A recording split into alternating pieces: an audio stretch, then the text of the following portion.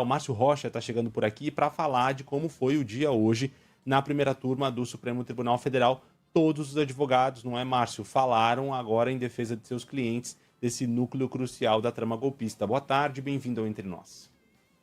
Oi, pessoal, boa tarde para vocês, boa tarde a todo mundo que nos acompanha. Pois é, e depois que as defesas dos acusados encerraram as sustentações orais nesse processo que trata da suposta tentativa de golpe de Estado, os ministros da primeira turma do Supremo Tribunal Federal vão começar a apresentar os votos no caso na próxima terça-feira.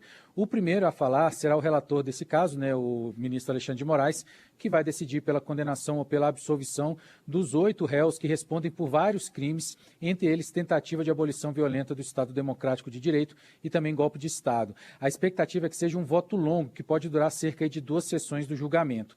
Na segunda sessão, que a gente teve nessa quarta-feira, as defesas dos 4 acusados, que ainda não tinham se manifestado, apresentaram os argumentos nesse processo. O primeiro a falar foi a defesa do general Augusto Heleno, que ocupava o Gabinete de Segurança Institucional durante o governo do ex-presidente Jair Bolsonaro.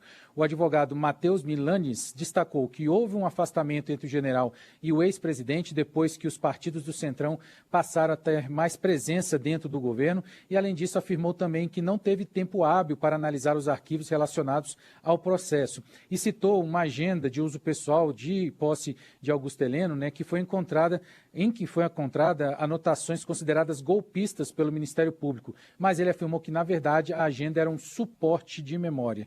Logo depois, falaram os defensores do ex-presidente Jair Bolsonaro. O advogado Celso Vilardi também afirmou que não foi possível ter tempo hábil de acesso às provas coletadas pela Polícia Federal, disse que o ex-presidente não atentou contra o Estado Democrático de Direito e que não há provas que atrelem a ação de Bolsonaro aos planos da chamada trama golpista e que a delação premiada do tenente-coronel Mauro Cid não é confiável e deveria ser anulada. Depois foi a vez da defesa do general Paulo Sérgio Nogueira, ex-ministro da Defesa de Bolsonaro. O advogado Endrio Farias, disse que foi a fala do general sobre a fiscalização nas urnas eletrônicas ser para inglês ver infeliz e que a parceria entre o Ministério da Defesa e o Ministério da Justiça Eleitoral e a Justiça Eleitoral sempre rendeu bons frutos, como o teste de integridade com biometria.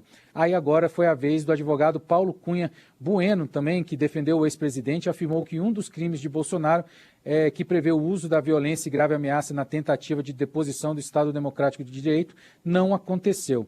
Também falou que implementar o Estado de Defesa e o Estado de Sítio são necessárias decisões colegiadas e que isso não deveria recair exclusivamente sobre Bolsonaro. Por fim, quem falou foi o advogado do general Braga Neto, que reforçou que ele é inocente das acusações. José Luiz Oliveira Lima ainda criticou o acordo de delação premiada de Mauro Cid e apontou que a medida não foi coerente e que não tinham provas, apenas prints de celular. A gente lembra que depois de Alexandre de Moraes, relator do caso, quem fala são os ministros Flávio Dino, Luiz Fux, Carmen Lúcia e o presidente da primeira turma, Cristiano Zanin. E eles vão decidir se acompanham ou se vão divergir do voto do relator. Então a expectativa é que todo esse julgamento seja encerrado na próxima sexta-feira, dia 12 de setembro. Volto com vocês.